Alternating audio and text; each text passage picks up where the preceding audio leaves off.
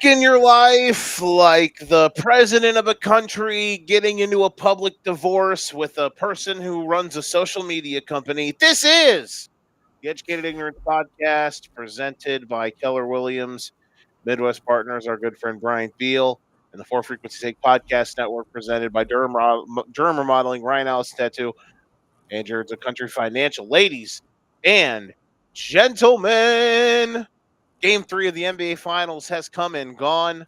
We are live on Facebook. We are live on YouTube. We are live on Twitter.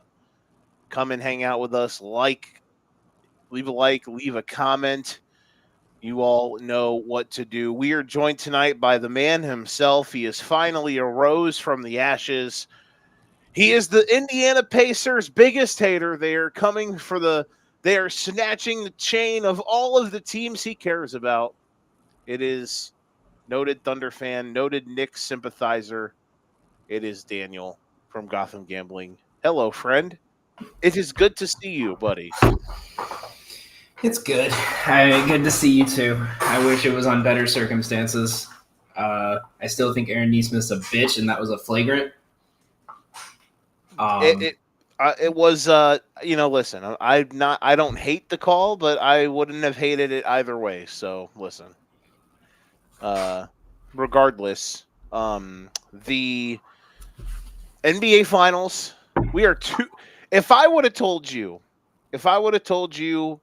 any time over the last calendar year that we would be sitting here together on June 11th, 2025, saying that the Indiana Pacers were 2 victories away from the NBA championship, would you have thought that I had just bought all of the cracks that was sold on the wire? Or what would you have what would the thought have gone through your mind? I don't think I would have been, I think if you had told me it in January, I would have thought you were high. Because I was big on Halliburton when the season started. And then, he went through that bad stretch to start the year where they were kind of figuring out how to play him and Siakam. And I was telling you guys he was a bitch and he sucked. And that was mainly because I kept losing parlays because of him. Mm-hmm.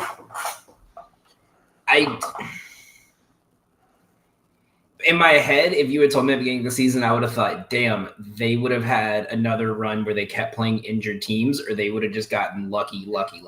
And right, got lucky. I wouldn't say that this is a luck run, though. Would you say that? No. Honestly, I think this is way more impressive than last year. The East is weak, but yeah, they ripped the way they finished the Bucks off.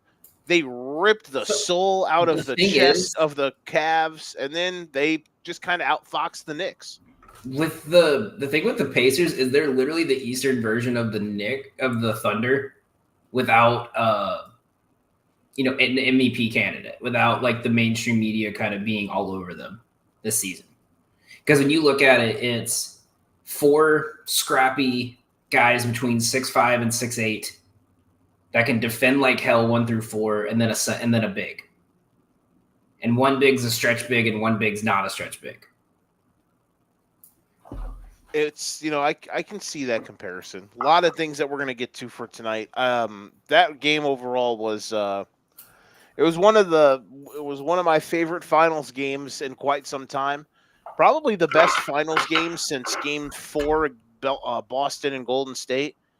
There were a couple games in the Denver-Miami series that were okay, but nothing as good as this tonight.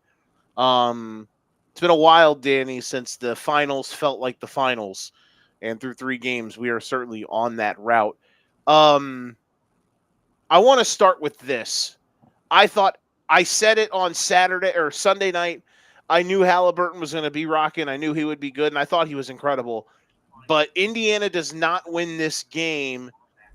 And this is how they've been. They've been a team all season long where it's been different strokes with different folks all postseason, all season in general. It's been different guys that have stepped up to the moment.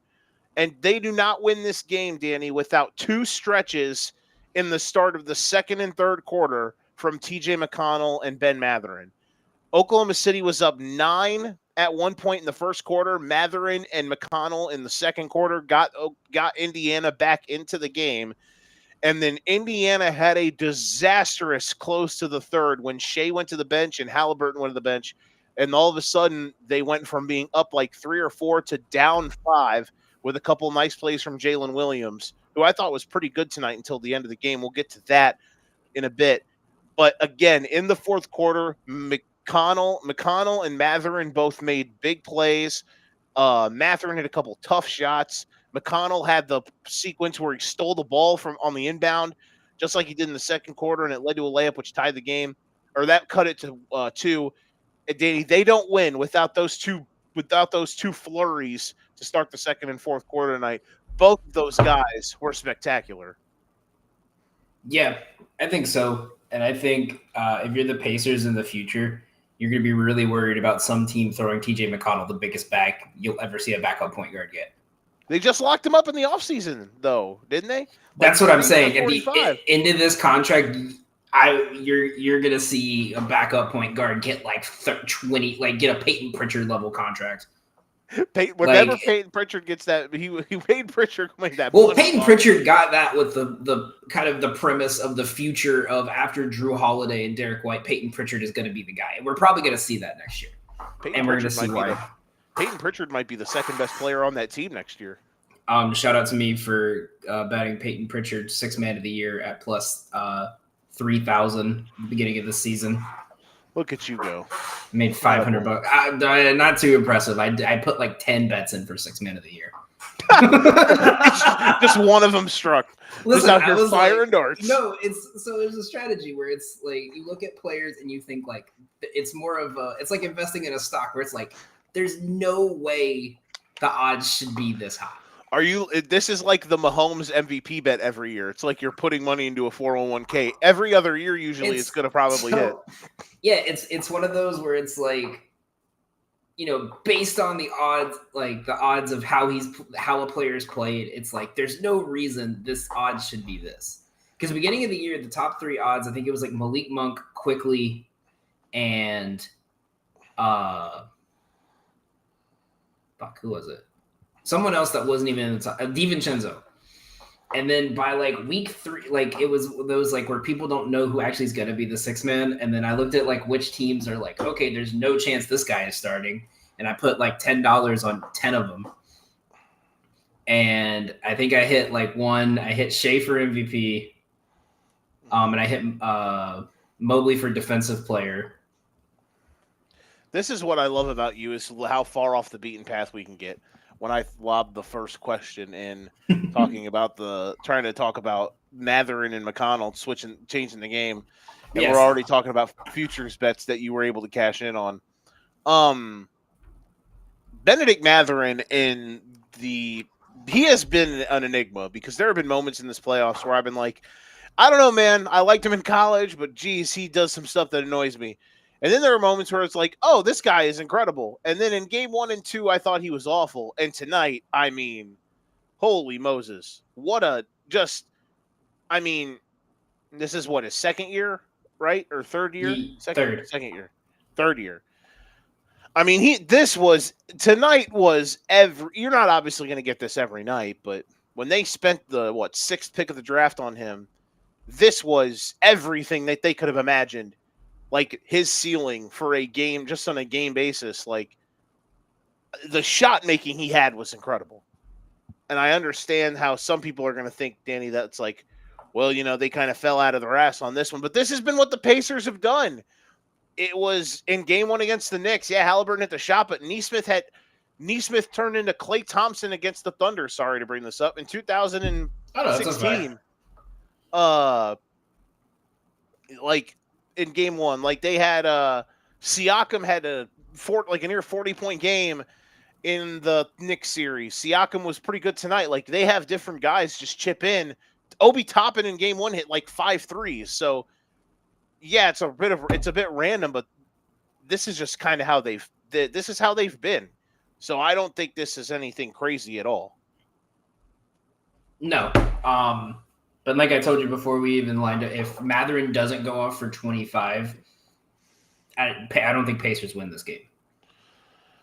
Well, no. I think that they obviously needed somebody, they needed that ancillary scoring, and he was able to do that. Um, because they got really nothing from Nemhard throughout the game, and they didn't get really anything from Neesmith throughout the game or Turner, which is crazy because, and here, I didn't know when I was going to bring it up, so I'll bring it up now, man. Rick Carlisle, this dude, I talked about this with my other friend named Danny, oddly enough. We previewed this series, man. And this guy, I mean, we're talking about one of the great, literally, he is one of the greatest coaches of all time. This guy does not miss a stroke when it comes to, he knows how to tune that band, because it would have been very difficult to roll. Like, you could have easily, it would have been hard because of the matchups, but you could have justified rolling out Halliburton. Obviously, you're going to roll Halliburton out there, but you could have easily justified rolling out Matherin and McConnell there in those final 6 minutes of the game. After the Halliburton, kind of stop on a dime, snatch back three, he pulled Matherin and McConnell, and those two guys didn't really play the rest of the night.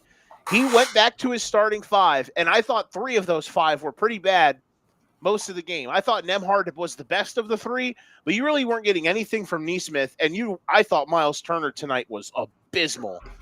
But all of a sudden, each one of those 3 guys had huge moments down the stretch. Nemhard hit a couple huge jump shots. His defense on Shea was spectacular. And Neesmith hit that incredibly tough 3 from the wing, which put it to, at that point, made it 102 or 1. I think that made it 110-102, which was a big moment just to kind of make it a 3-possession game. And then Turner obviously had a couple big time defensive possessions. The biggest one was the one on Chet, where Chet tried to shoot the 3, got blocked, and then he drove on Turner and got blocked again. Carlisle, to have the guts to be like, all right, I'm going to ride these guys to finish this game out. And then in that final stretch, they put the Thunder in a body bag. I mean, what Carlisle has done so far in the playoffs, in this series, and especially tonight, it's so damn impressive, man. I feel like this guy just continuously doesn't get the flowers he deserves. And that's why I'm going to try to spend as much of my time, man, to give him them, because I thought he made once again tonight, he made every single right move. He's like the Drew Holiday and the Mike Conley of coaches. Like people who actually watch basketball besides whatever the NBA on TNT game is or whatever the Wednesday night ESPN game is, know how good Carlisle is. They said before when they talked about them going through the Bucks, the Cavs, and the Knicks, saying people said, you forgot the Mavericks had to go through the baby Thunder and LA and San Antonio to get to the finals and beat the Heat. So it's not like he's a just on the fly coach, and that's what you need.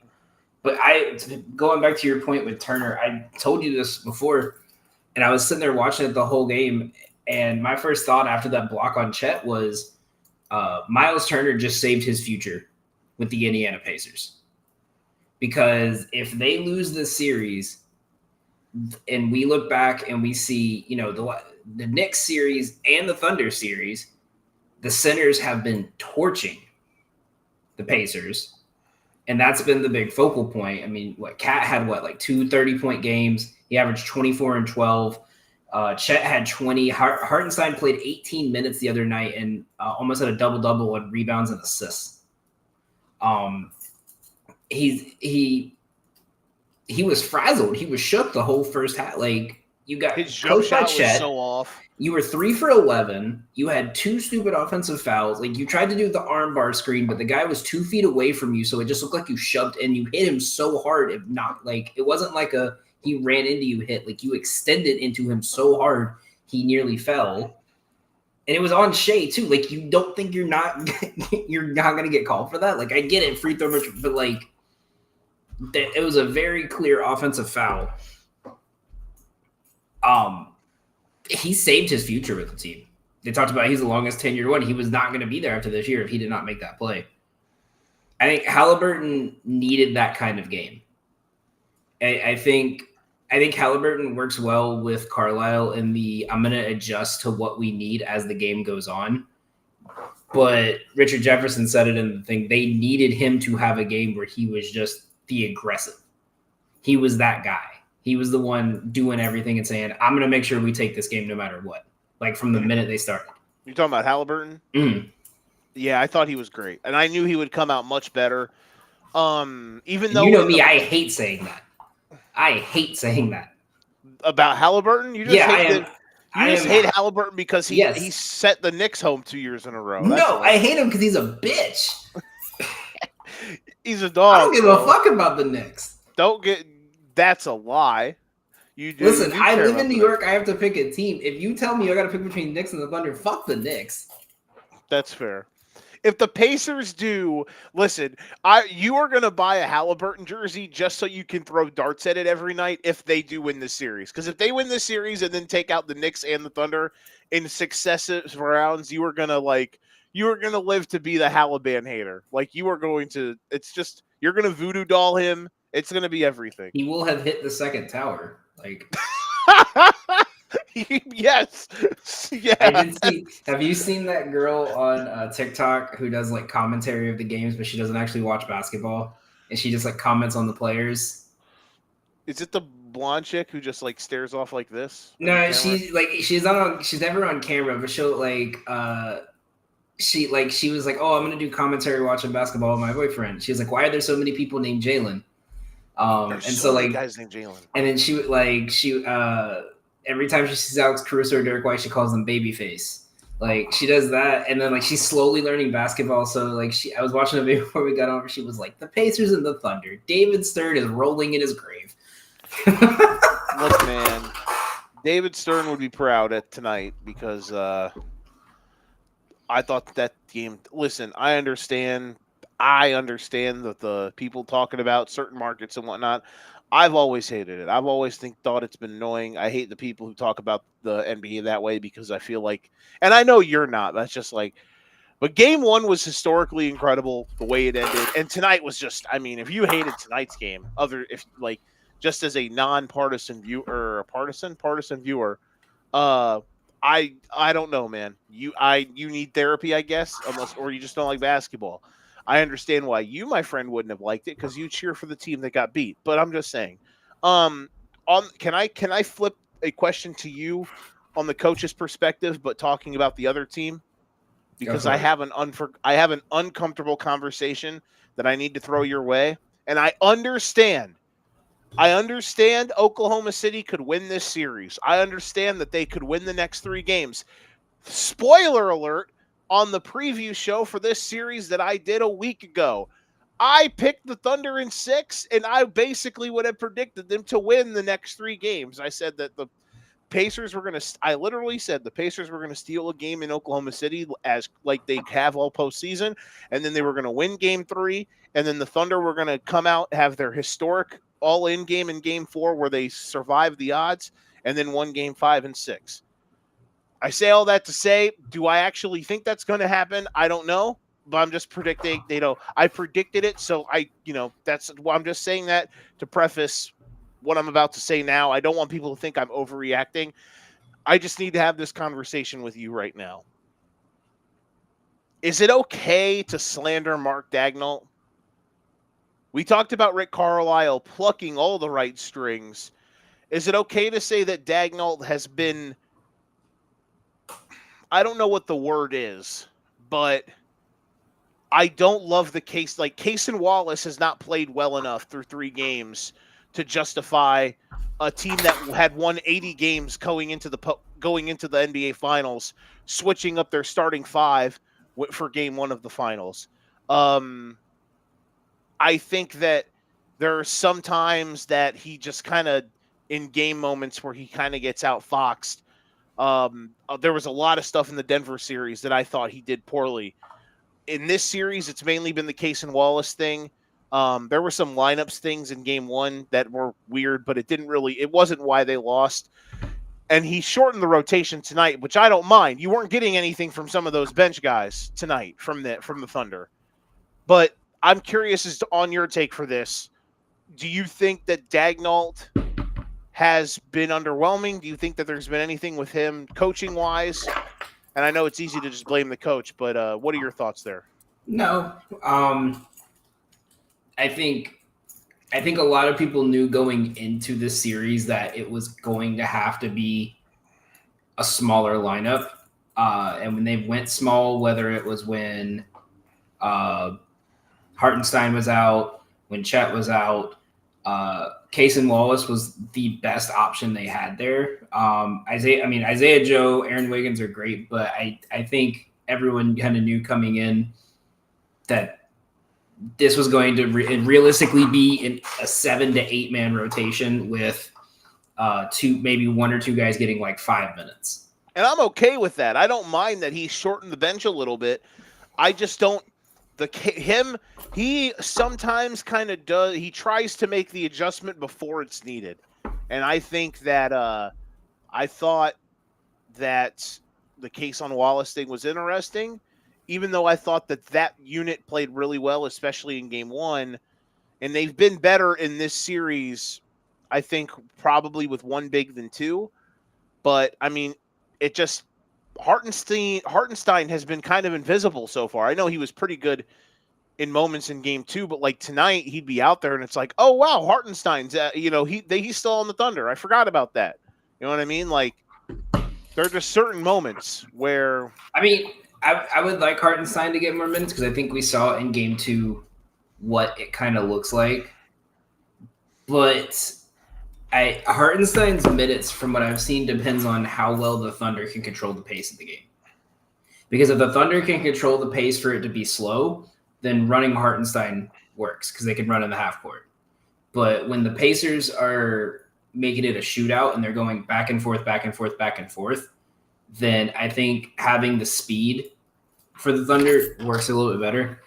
I don't mind Wallace starting because he gives you a different look. Because when Caruso comes in, he gives you the energy off the bench. And Cason Wallace isn't the guy that comes in, plays that McConnell or Caruso role where for the next 5 minutes I'm sprinting around the court 24/7. So I like him in the starting lineup.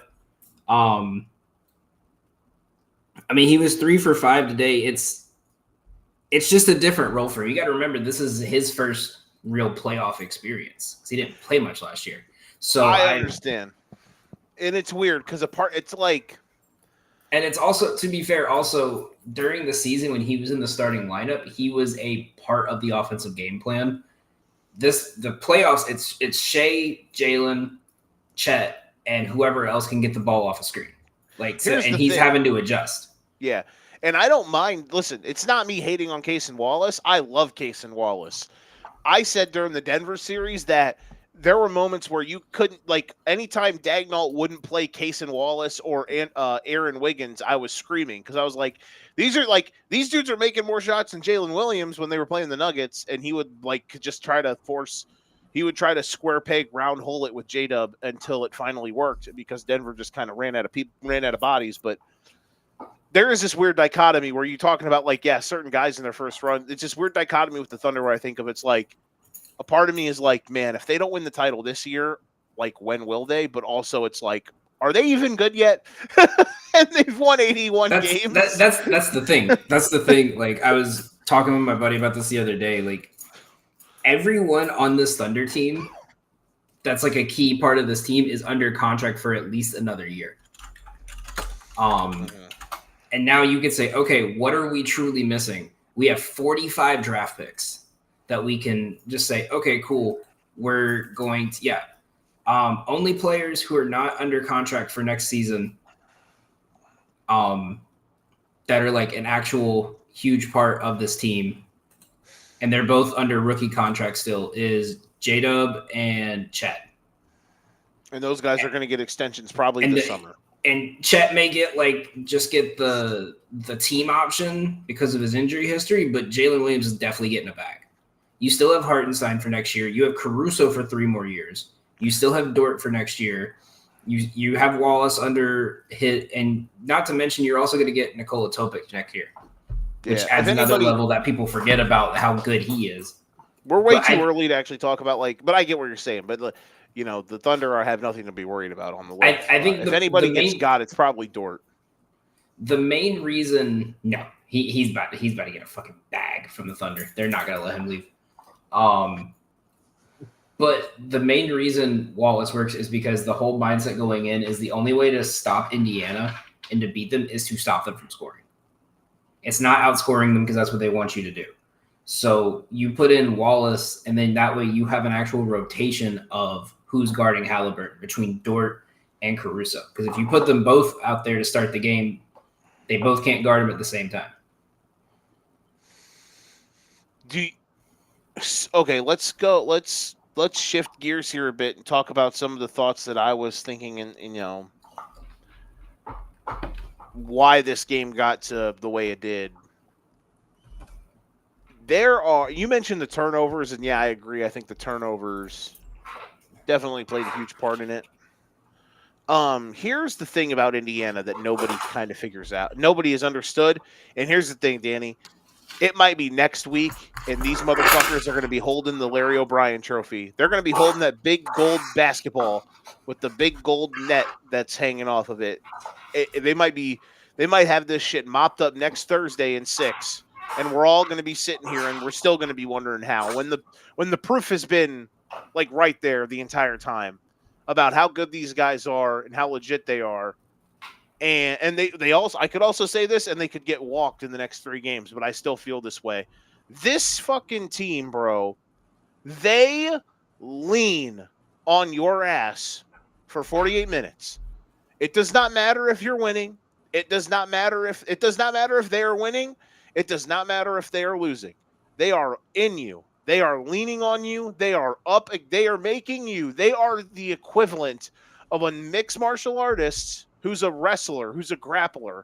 They are the equivalent of that guy or girl making the opponent carry their full body weight for the length of the game. We saw it in game 1, and we have now saw it in game 3. We saw it way worse tonight than in game 1. Danny, this team makes you tap out. Did the Thunder quit tonight? No, I wouldn't say that. But by the time that you get to the final 5 minutes of the game, you are moved. The Thunder tonight, for the first time all season, looked like they were moving in quicksand. And that's what Indiana does to you. They wring the towel out until it is drier than the Sahara Desert. I have not seen an NBA team be able to do this in a long time. And the way that they turned that game on its head from just kind of back and forth trading baskets to from the moment Halliburton hit that 3 to go up 101-98, from that point on, Oklahoma City was done. And I think that in itself is the most impressive thing for tonight from Indiana, is how they just make you bleed out over a 40. They hit you with a gunshot wound when the game starts, and by the time you get to the middle of that fourth quarter, you're bled out. And tonight the Thunder bled out. They were gassed. And that is the one thing, Danny, that worries me for the Thunder going forward, even in the finals where there's games off, but especially now where you only have the one day off. It's the fact that the Pacers were able to do what they have done, and they did it to this Thunder team. It's so damn impressive, because the Thunder in that final 6 minutes, they were gasping for air, and they could not get their head above water. Yeah, I mean, so a side note here before I get to my point. If we do get to a game 7, can we please, NBA, make it a day game? You're telling me a game 7 Sunday matinee? You're just saying that because you got to work second shift in a few weeks. No. No, you can't tell me. Think of the best game 7s we've seen in like NBA history, like NBA finals, right? Like I'm thinking like the Lakers Celtics Sunday matinee, like something like that, where it's like I'm not waiting till 8 p.m. so I can hear Kendrick Perkins talk for 3 hours about what he would have done differently. About someone stepping up. You're telling me you don't want to wait all day to hear Kendrick Perkins be like, so and so got to step up. Dude, I watched the game. I turned the game off at halftime, like in pregame. I don't want. Kendrick Perkins is so bad. Like that's why I could go for hours about how ESPN is just terrible now, especially after Around the Horn is gone.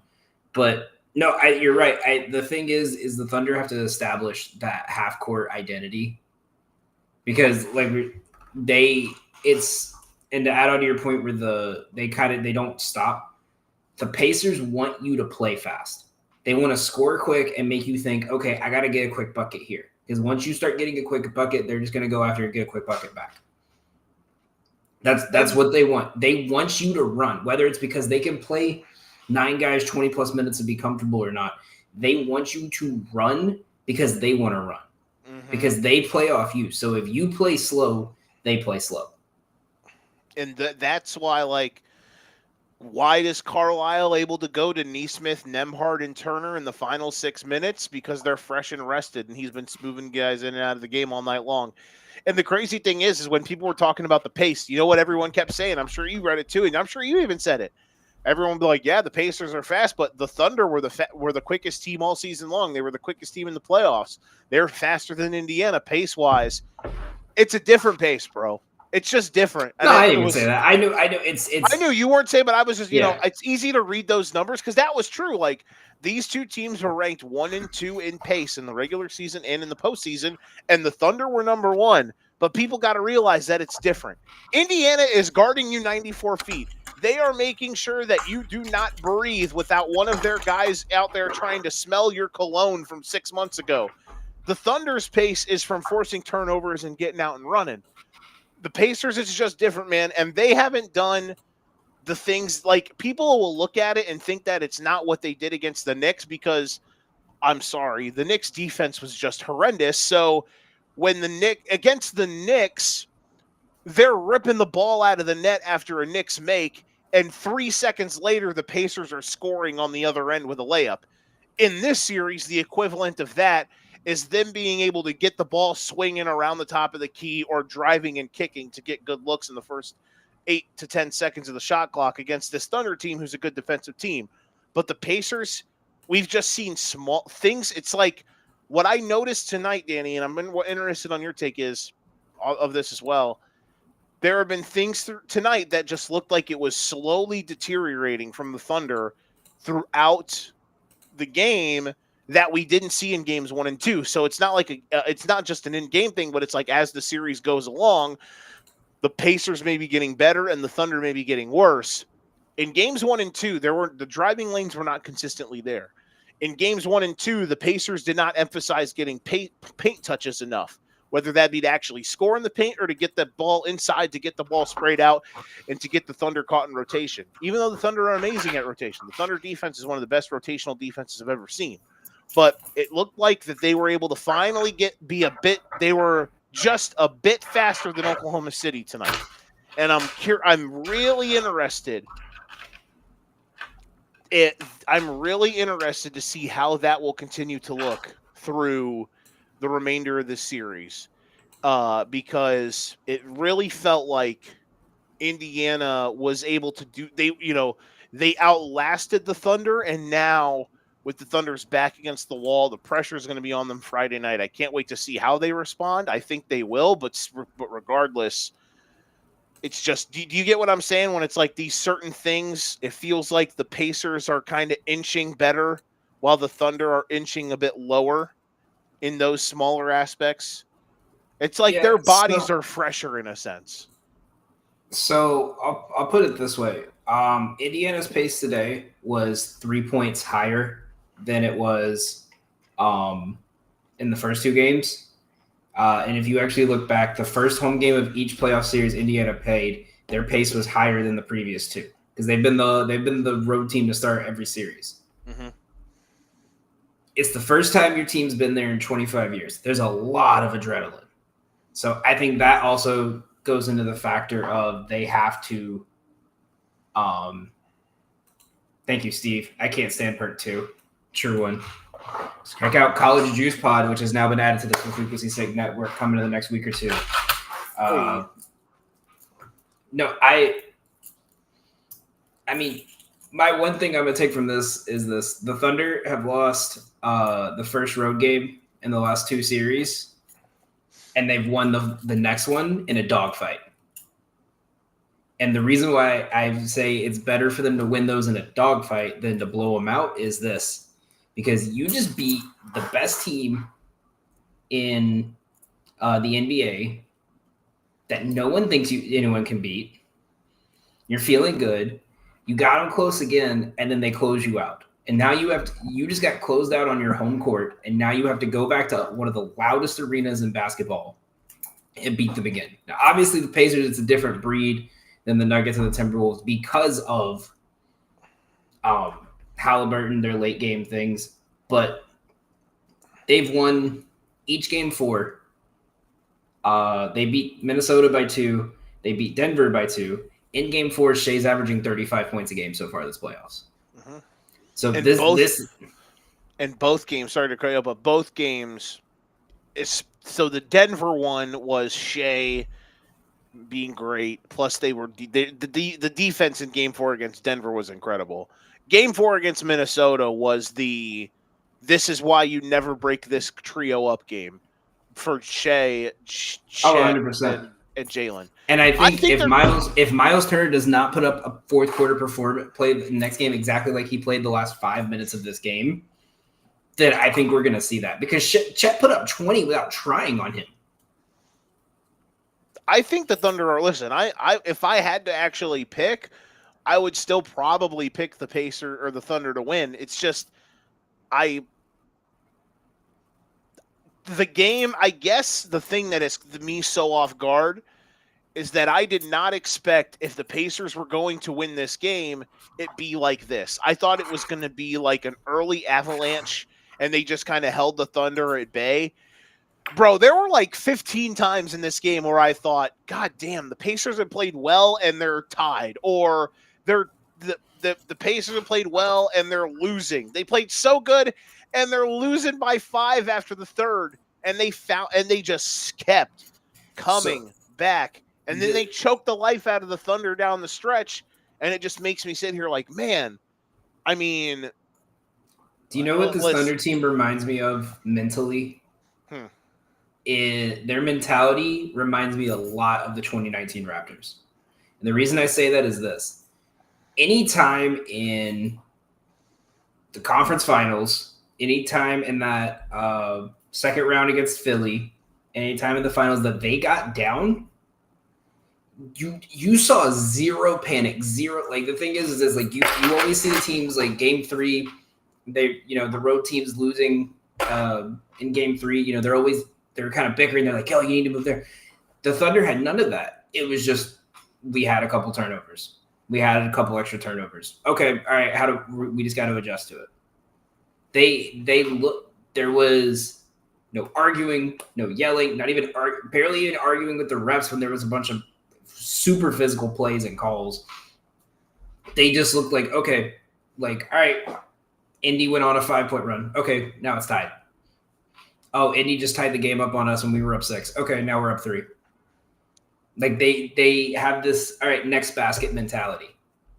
And then it just happens, they might have gotten slowed down, they might have gotten tired. They missed a couple shots right when Indy got hot and it was the wrong time.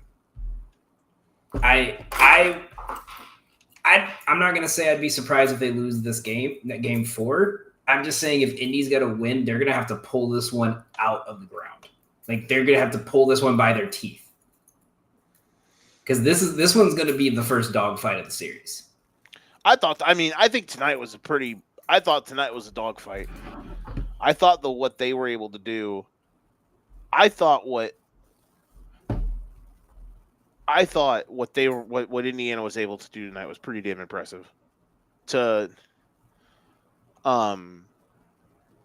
take as many shots as they did, and then to just absolutely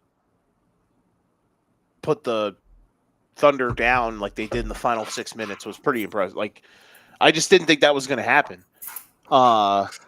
And it was really cool to see that. Now, again, I think if I had to predict, I think I kind of switch what you say because I really think like even though I think it can happen and I predicted it to happen, if the Thunder do win 3 games in a row and win this series in 6, like that would I think people have to understand how impressive that would be. This Pacers team is really good. Both of these teams are really good. This series was clearly not. I know that there were moments in the first 2 games where the Thunder really overmatched them, but I think tonight showed clearly why I feel like the spread of what this series was a bit overzealous because I think the Pacers. I mean, with the Pacers absolutely body bagged the East, and the Thunder body bagged the West in the playoffs. And we're here.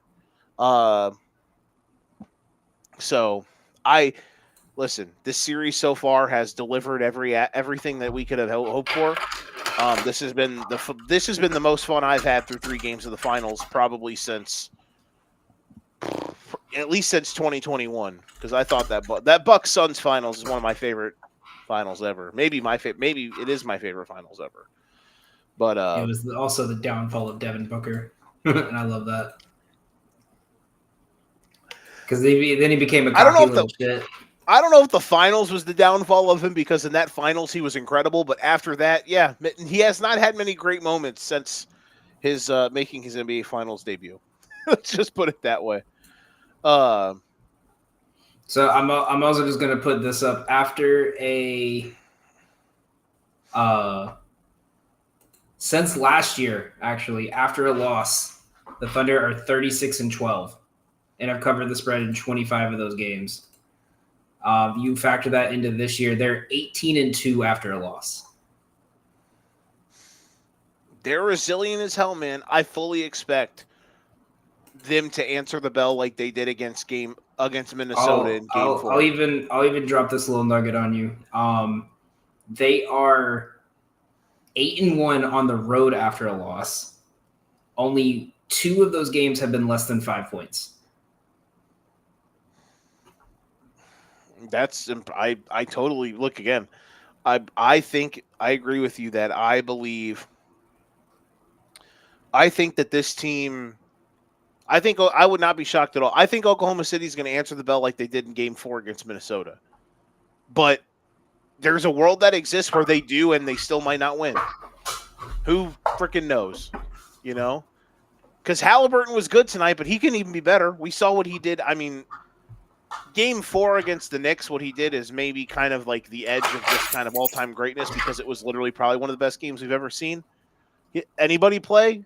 But I mean, he can go to another level still. I mean, but the thing is, obviously Shea though can be much better. The thing is with Halliburton is it's more of a how likely is he to put up this exact same performance again?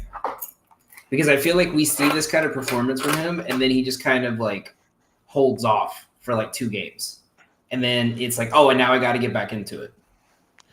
Yeah, we'll see. I think he can be better, even better. Like I thought tonight was a good night from him because I think there's still I thought going through this after that triple double against the Knicks, 8-2-6, and then he had to put up 21-13, 14-10-6, and let's be real, if he did not hit that 3 and the Thunder would have won that game, we'd be talking about how bad he played in Game 1.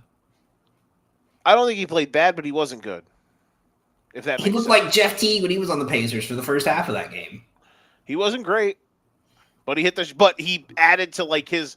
But he added. You know why he come? Well, do you know why it turns out he was awesome? Because he added to the greatest stretch of clutch shooting in the history of the NBA.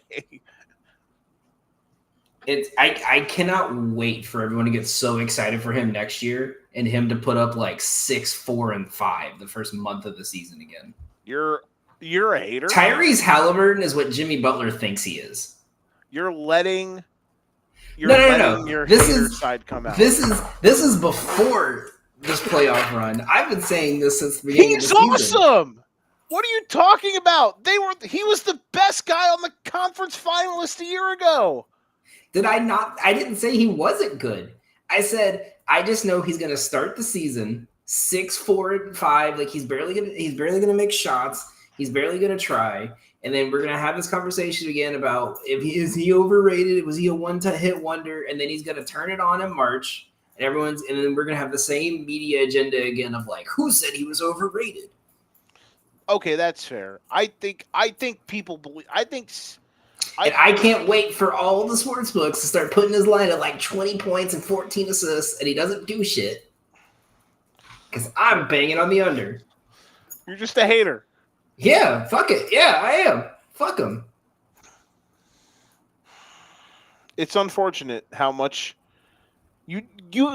This dude's one of the most fun players. Legacy? Do you know how much of his legacy we'd be talking about if they didn't win that game one with him doing the fucking choke Reggie Miller shit?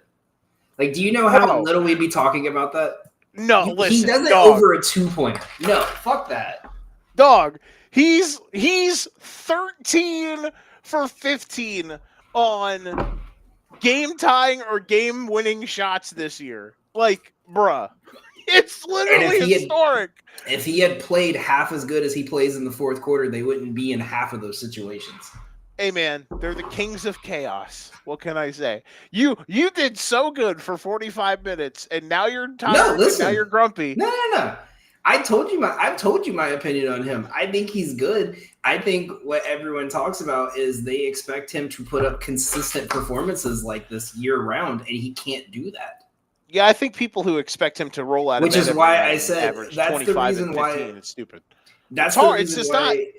That's the reason why I said he's what Jimmy Butler thinks he is, because he doesn't need to try because he knows they're going to make the playoffs, and just every couple of games he's going to be like, okay, this is a game where I need to take over, and then he goes better off. Than Jimmy Butler though. I know, but that's the thing.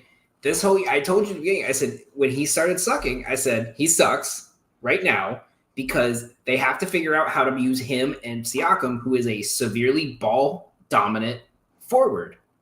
And the last 3 years, Siakam's whole thing was in Toronto was, fuck it, give me the ball and I'm going to run in like Giannis. And now he can play that role he played with Toronto where he's on the wing, can drive to the basket, and move around. And it works. But it took over half a season. So what's going to stop them from doing the same thing where they're going to let everyone else get their reps in and then Halliburton knows he's going to get 40 minutes a night and just puts it together at the end? The thing that I love the most about him is that he can have games where he is –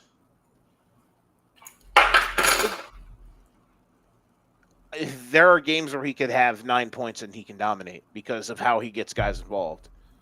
There are moments in this postseason. There's been, he's had moments like that to a close degree, but there have also been games where he has just been bad. And I thought he was bad in game 2. I thought he was bad in game 5 against the Knicks. So there's moments. I would predict that he will be pretty good on Friday. Friday could be, there's a world that exists where Friday is like one of the best finals games we've ever seen. I think he's gonna put up like 25 and 10, and then but Siakam's gonna put up an average game. Miles Turner's gonna stink. They're gonna do what they did this whole season. After every time Mathurin had like 2 great games, they give him more minutes and he struggles. Because let's be real, the Thunder were not game planning for Mathurin. Like, and now they're going to know, okay, now we have to at least put an eye on him. Thunder win this by 4. I totally think that that's possible. I really don't. I'm terrified to predict who's going to win. But if I just stuck to my guns from the beginning, I think I would predict the Thunder are going to win. I can't wait for it, though. It's not so just that the Thunder need a win because you cannot go into a situation where you get to a game 6 and Indiana is at home with a chance to win. Agreed. If Indiana wins Friday, I think the Pacers win in 6. It's gonna go to. I think it's gonna go to 6 regardless. But the thing is the Thunder are now in a situation where, like, if they had won today, I think they probably would lose on Friday. But I think they're now in a position,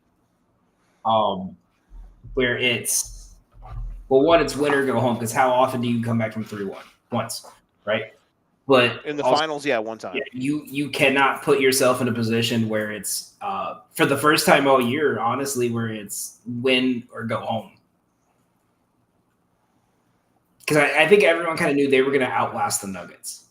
The Jokic magic only goes so far when Michael Porter is shooting 1 for 10 every game.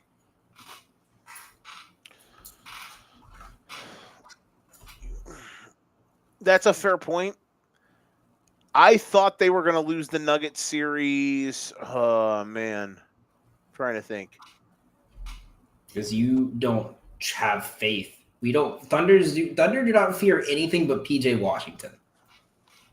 That's a fair statement. No, I'm trying to be honest. I'm trying to think. There was a. I thought they were going to lose the Nuggets series going into the fourth quarter of Game 4 because I thought they were going to lose that game because Jalen Williams was playing like a 2-pack of ass, and I thought they were done. And then Shea turned up and they locked in. Once they won that game, I was like, oh, they got it. They're fine. There was a small portion of me that thought they were going to choke it when they were down 10 early in Game 7. I was like, oh, they look terrified. The thing and is, then they the kind Thunder of settled in because the Denver Thunder is ran out such of a good. They're such a warm good bodies. third quarter team. Because every time, like, everyone's like, oh, they're losing at the half. Okay, cool. They average like 34 points a game in the third quarter. So, like I said, today was just one of those games where, like, in the third quarter, they got hot and they played exactly into Indiana's hands, which was you're going to play fast because you're playing hot right now. So we're going to also play fast, and we can beat you when it's coming to playing fast. That's fair. Think about every team Indiana's beaten, not just in the playoffs. Think about every team this season that's like been good that Indiana has like just had their number every single time. Mm-hmm. All of them are top 10 at pace. They want you to play fast because they know they can outrun you. Yeah, it's going to be Friday's going to be fun. Friday's going to be exciting, and we will be here one way or another to talk to you guys about it. Danny, tell the good people where they can find you. You can find me over on Twitter at Gotham Gambling. You can also follow our new page that should be coming up by the end of this week, the Golden Ticket Show, where every single bet we make on the Friday night show gets posted on there, as well as a play of the day from each of us on the page. It'll be Golden Ticket Show on Twitter. It should be up by at least for the next show. Yeah, you can find me there. Make sure you guys check out our Monday Night Baseball show every week, the Payoff Pitch. Next week, we're going to be going over all-star voting, and we're going to be building our own custom dream ballparks based on features from current ballparks. Last week, we did Mount Rushmore of old-timey nicknames, which was really chaotic, but it was great. We found a pitcher. His name was Foxy Grandpa, and he pitched 53 complete games in a season. Wow. Yeah, he was 40-13. Real man sport. Back when men had balls when they played.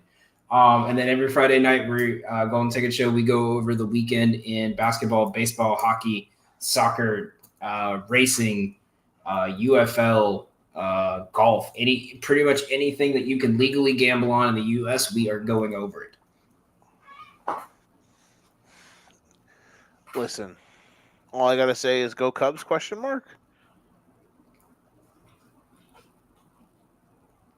Bang bang. If they get better pitching, maybe.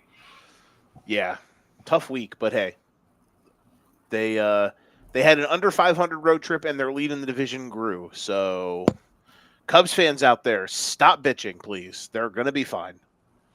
They're clearly the best team in that division by a wide margin.